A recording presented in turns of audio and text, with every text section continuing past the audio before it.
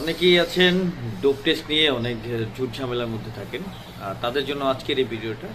যারা driving licence নতুন করবেন অথবা রিনিউ করবেন তাদের জন্য আজকের এই ডোপ টেস্টের রিলেটেড একটি ভিডিও।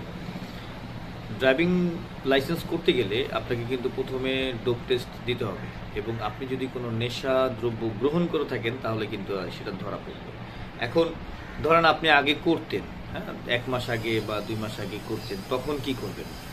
আসলে ডোপ টেস্ট এমন একটা জিনিস, সেটা হচ্ছে আপনি যদি কোনো নেশা দ্রব্য গ্রহণ করে থাকেন বা মাদক গ্রহণ করে থাকেন সেটা ধরা পড়ার জন্যই ডোপ টেস্টটা করা। এখন আপনি ছেড়ে দিয়েছেন, তখন আপনি কি করবেন? আপনি ছেড়ে দিলেও কিন্তু বডিতে এই রেস্টটা থাকে। তো যেহেতু এই রেস্টটা থাকে, আপনাকে সম্পূর্ণভাবে আপনার বডি রিকভার করতে গেলে একটা লং টাইম সময় লাগে, যেটা আপনার হাতে হয়তো থাকবে না বা নেই। এখন কি করবেন?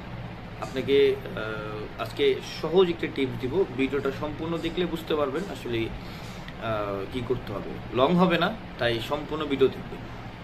আচ্ছা, ডোপ টেস্ট দেওয়ার আগে আপনাকে কিন্তু প্রথমে একটা কাজ করতে হবে, সেটা হচ্ছে ডোপ টেস্ট যখন যেদিন দিতে যাবেন ওই দিন বেশি বেশি পানি খাবেন আর ডাব খাবেন। ডাব খাওয়ার পরে আপনি একবার প্রস্রাব করলেন, দেন আবার পানি খাইলেন। পানি খাওয়ার পরেই আপনি নমুনা কালেকশনের জন্য আপনি নমুনাটা কালেক্ট করবেন।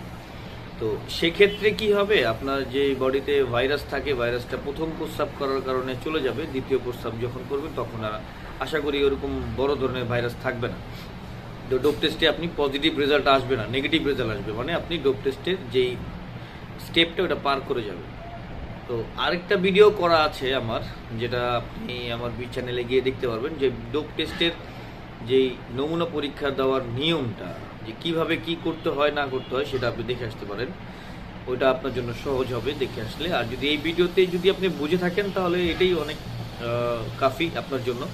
কারণ আপনি একটা জিনিস চিন্তা করে দেখেন, ডোপ টেস্টে যখন আপনি পজিটিভ ধরা পড়বে তখন কিন্তু আপনি ড্রাইভিং লাইসেন্সটা করতে পারবেন না, বা আপনার একটু ব্যাঘাত ঘটবে। তো সেক্ষেত্রে আমাদের বা আপনাদের সবার একটা কাজ করা উচিত, নিজের বডিকে রিকভার করা উচিত, এবং বডিকে রিকভার করে যেভাবে বললাম সেভাবে কাজ করা উচিত। তাহলে দেখবেন যে আশা করি আপনাদের এই প্রবলেমটা সলভ হয়ে যাবে।